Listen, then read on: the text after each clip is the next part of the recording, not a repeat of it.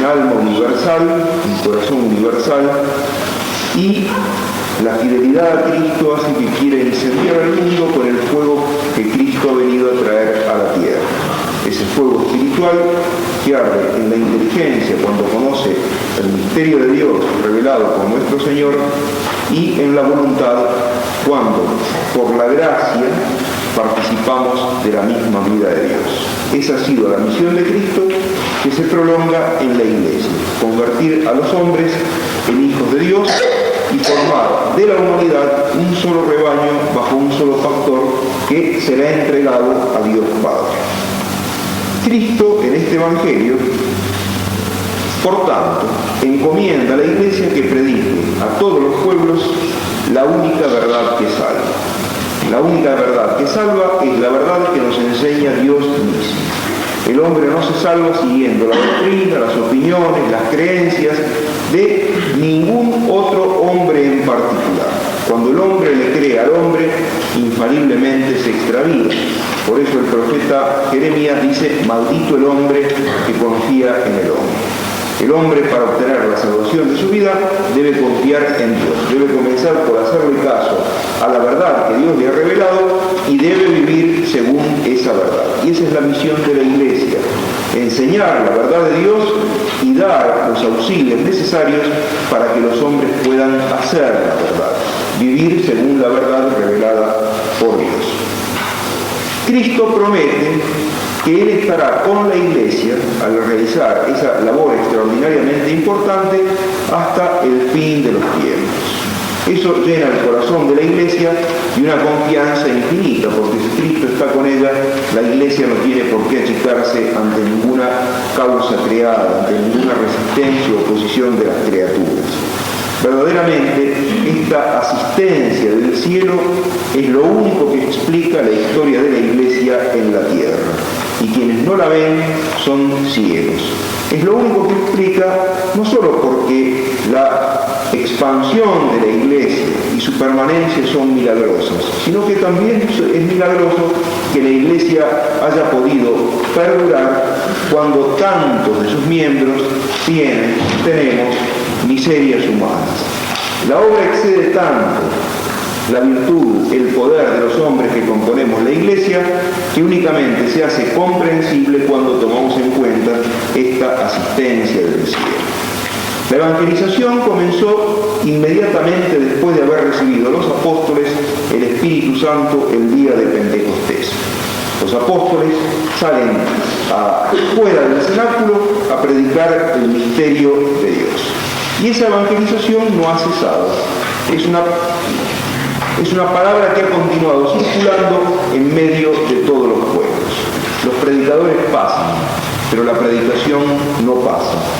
Nada puede detenerla, aunque han encontrado resistencia desde el mismo comienzo. Pero contra esa palabra, que únicamente tiene la fuerza de la verdad, se deshacen todas las maquinaciones de los hombres, las trampas, los planes, las argucias de los hombres se deshacen contra esa palabra.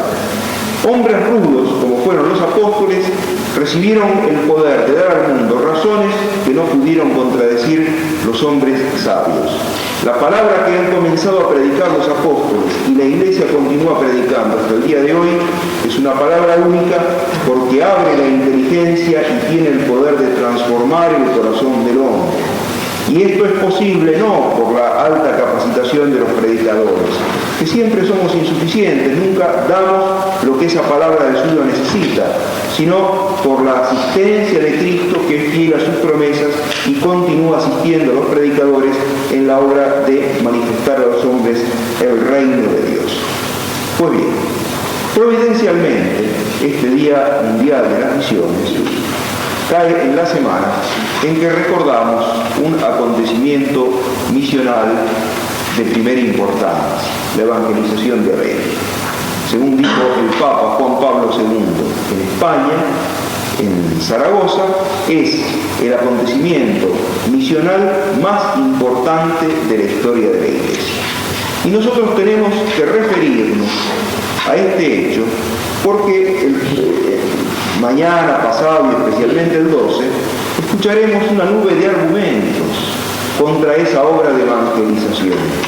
Escucharemos la descripción detallada de supuestas atrocidades que nos llevarán a mirar esa obra evangelizadora como una verdadera maldición, como obra del diablo y no obra de Dios. Lo que se reprocha a España en la obra de la evangelización de América es que no respetó a los indígenas, que tenían una cultura y una religión propia. Y en segundo lugar, que para imponer la fe católica, recurrió a la violencia y así masacró a un número incalculable de indígenas. Dicen, millones y millones de indígenas cayeron víctimas del fanatismo religioso de los españoles. Consideremos un poco estas razones. Cuando Colón llegó a América, creyó haber encontrado el paraíso terrenal, porque los habitantes de la nueva tierra, del nuevo mundo que él pudo, con los que entró en contacto, estaban desarmados y parecían completamente pacíficos. Pero al poco tiempo mandó a reconocer la región en la que había desembarcado y se desengañó. A pocos metros del lugar donde había sentado pie, había un rancherío indígena que acababa de ser atacado por una tribu rival y acababa de ser masacrado. Y es más, los vencidos habían sufrido el canibalismo. Por eso se llama canibalismo esta práctica de antropofagia, porque los indígenas que habían masacrado y devorado a los vencidos eran los caníbales o caríbales. Esta práctica guerrera y antropófaga que Colón pudo constatar y bien puso el pie en América era algo que se extendía de un extremo al otro del continente. Los historiadores que narran la historia verídica y no la historia fraguada por la pasión, por el odio a la fe y odio a España, son unánimes en afirmar lo siguiente: el estado normal de los indios en América era la guerra, y prácticamente todos los pueblos americanos practicaban el canibalismo, practicaban la antropofagia. Las culturas más importantes de América, antes de la llegada de los españoles, se distinguían por su crueldad, por su inmisericordia con respecto a los pueblos vencidos y sometidos.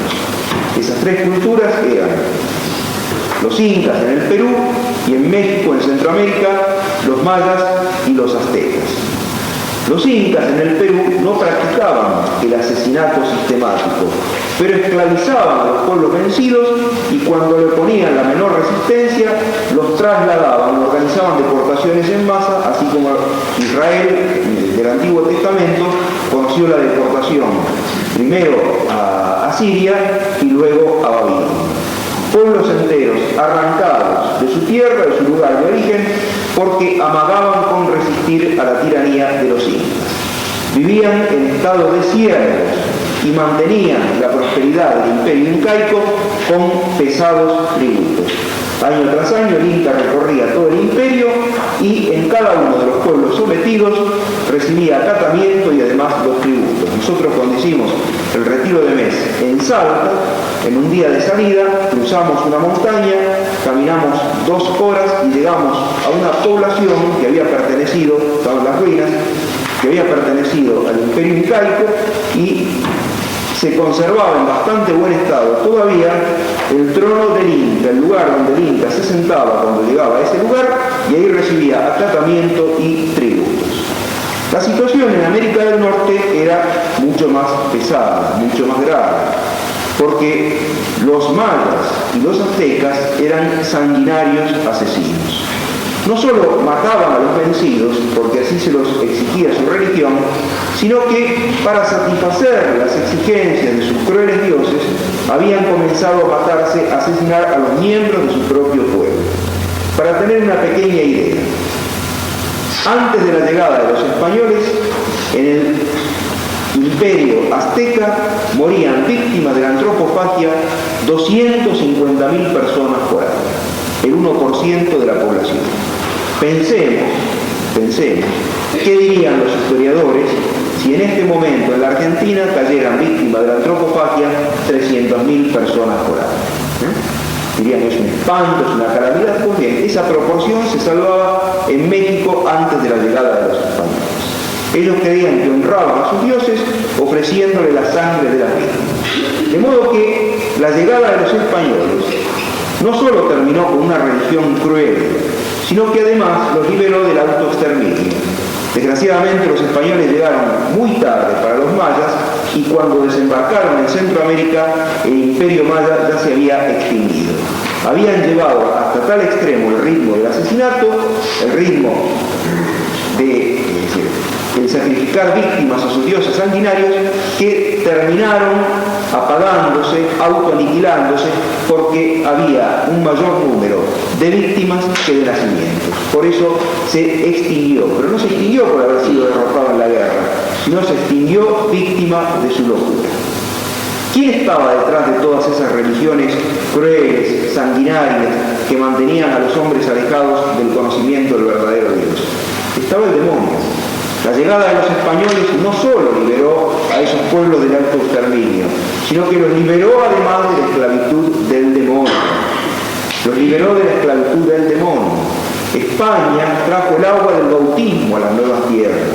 Hizo pasar a esos hombres que vivían en las tinieblas de muerte a la luz, al conocimiento de la verdad, a la gracia de Cristo que limpia el corazón del hombre y lo convierte en hijo de Dios. Y los que atacan la obra de España en América, en realidad odian no que España haya impuesto por la fuerza la fe, sino el hecho de que España haya traído la fe.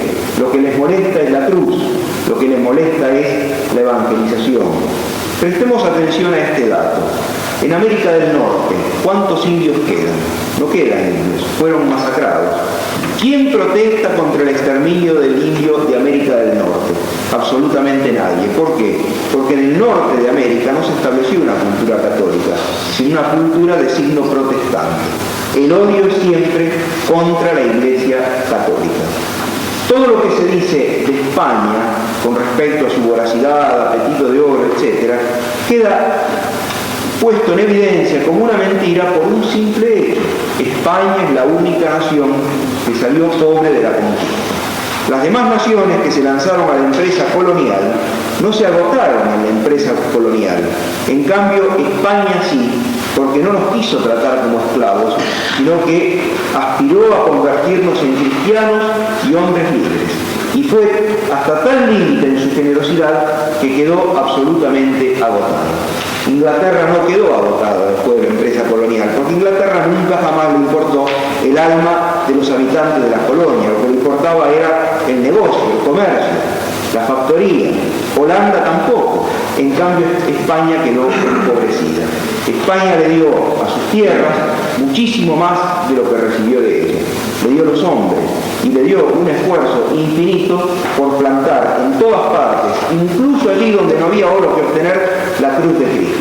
Pensemos, ¿qué oro había en estas tierras?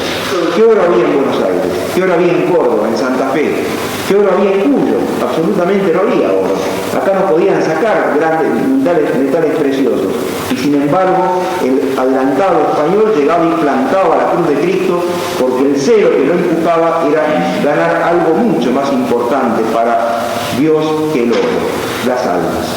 Por eso se odia a España. Por eso hay tantas mentiras, porque España entendió el mandato misionero de Cristo.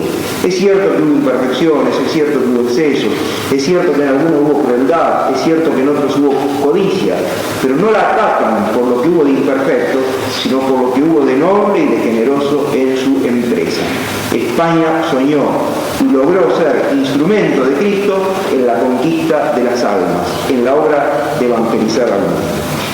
Pensemos ¿cómo podemos realizar o cumplir hoy el mandato misionero? ¿Podemos seguir anunciando al mundo el Evangelio de Cristo, la palabra sin la cual el mundo no encuentra ni el equilibrio ni la salvación? No solo podemos, sino que también debemos, tenemos la obligación de hacerlo. Y aquí me es forzoso referirme a un hecho notorio que tuvo lugar días atrás. Al obispo de la diócesis se le ocurrió hacer una apreciación sobre el estado actual de la situación del país visto a la luz del Evangelio, y recibió una áspera crítica por medio de un concejal de la ciudad. ¿Estuvo desubicado el obispo cuando denunció el estado actual del país? De ninguna manera. Si todos tienen derecho para hablar y todos tienen derecho para opinar, ¿por qué hemos de ponerle una mordaza en la boca de Cristo? Cristo no dijo: lo que yo os digo a vosotros, vosotros decidlo a quienes se acerquen a vosotros. No, Cristo dijo: lo que yo os digo a vosotros, vosotros anunciadlo sobre los tejados, sobre las terrazas. La Iglesia tiene la obligación de difundir la palabra del Evangelio. Esa palabra es una luz, y la luz de suyo ilumina todo, aunque sea el fango y aunque sea la suciedad. Si hay fango y si hay suciedad, la luz no tiene la culpa, y al ponerlo en evidencia, ayuda a que ese fango y esa suciedad sean retirados. Lo que pasa es que la predicación del Evangelio molesta porque desenmascara, descubre a muchos que hacen el gran negocio con otras doctrinas de salvación. Así tanto se enseña que no hay salvación fuera de la democracia, y puede ser que tengan razón, pero no hay salvación para ellos, que se salvan por la democracia porque se hacen nombrar concejales, intendentes, senadores, diputados, embajadores, presidentes, y se llenan los bolsillos mientras las cosas van de mal en peor. La democracia es un régimen alimenticio, porque es un comedero para aquellos que consiguen cargos. Pero ¿cuál es el resultado de este régimen en la Argentina? Somos el primer país del mundo en inflación. Somos el país que tiene mayor alto índice de suicidios en el mundo. Somos el país que tiene mayor cantidad proporcional de accidentes de tránsito. Esto no es indicio de que el país sufre una verdadera descomposición moral o espiritual, y si todos tienen derecho para envenenarnos con la verdad, con el error, con la fábula, para enloquecernos con la corrupción, ¿acaso la Iglesia de Cristo no tendrá derecho para llamar al pan pan, al vino vino, y denunciar las llagas profundas de esta gran enfermedad que está padeciendo la Argentina hoy? Si la luz de Cristo no ilumina a la Argentina, ¿qué esperanza tenemos de salir de esta crisis, de esta situación en la que estamos pasando? Por eso, ha hecho muy bien el obispo de esta diócesis en hablar como ha hablado. Se ha mostrado simplemente fiel al mandato de Cristo. La palabra que ha recibido la Iglesia no es propiedad de la Iglesia, sino que ella la tiene como depositaria, y se le aplica la parábola de los talentos. Lo recibido debe hacerlo producir, debe entregarlo a los demás para que aprendan los demás, por lo menos quienes están bien dispuestos, acepten esa verdad, se conviertan y se salven. Porque la Iglesia no está puesta por Cristo en el mundo para caer simpática a los poderosos, sino para que la Iglesia está puesta por Cristo en el mundo para predicar la verdad que suscita la contradicción, pero que en aquellos que están bien dispuestos lo lleva a la conversión y a la salvación.